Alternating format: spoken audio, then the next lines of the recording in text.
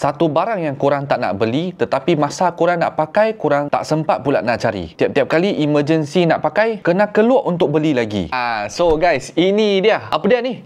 Ini adalah charger untuk bateri AA ataupun AAA, jenama e-motor. Dia harganya actually okay. Korang kena faham. First thing, Adrian jelaskan dia punya harga bagi korang supaya korang tak terkejut. Yang ini double A punya, yang 4 bateri RM76. Yang 8 bateri dia RM103. Mahal.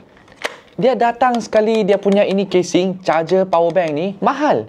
Tetapi korang tak fikir, korang punya rumah punya remote, korang punya anak punya mainan, korang anak punya walkie-talkie kena pakai double A, triple A, bateri tu semua duit. Dah lah tak boleh tahan. Anak lupa off, controller kadang-kadang, bateri habis, rumah tak ada bateri. Yang bateri everyday ke, ataupun bateri lagi mahal tu, Energizers. Aku janganlah sebut perfect sangat kan, nama tu kan. Berpuluh-puluh ringgit tapi sekejap habis. Lebih baik korang ambil yang boleh charge yang macam ni. Kalau boleh 8 biji. Dia ada jenis yang double A pun ada. Yang ini dia triple A. Lain kali korang pakai habis, tak perlu risau nak charge, pakai type C dekat sini saja. Dia punya port, lepas tu cucukkan macam ini saja. Atas ada lampu. Dia tengah charging ataupun full charging macam ini. Setengah orang dia pakai untuk mikrofon 5 jam pun tak habis, full buka tak off. Lagi-lagi kalau lah mainan anak-anak korang, kamera punya barang, sebiji bateri macam ini equals dengan, sama dengan 5 biji bateri yang korang beli dekat luar. 5 biji pun dalam harga RM15.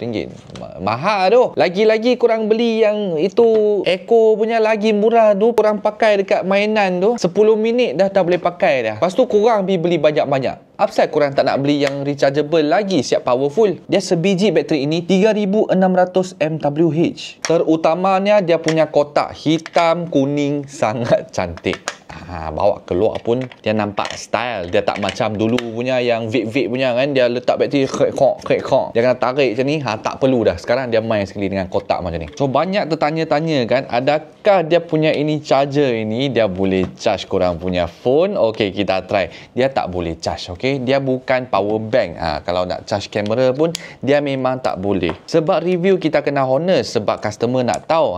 So setengah orang dia buat review dia tak bagi tahu.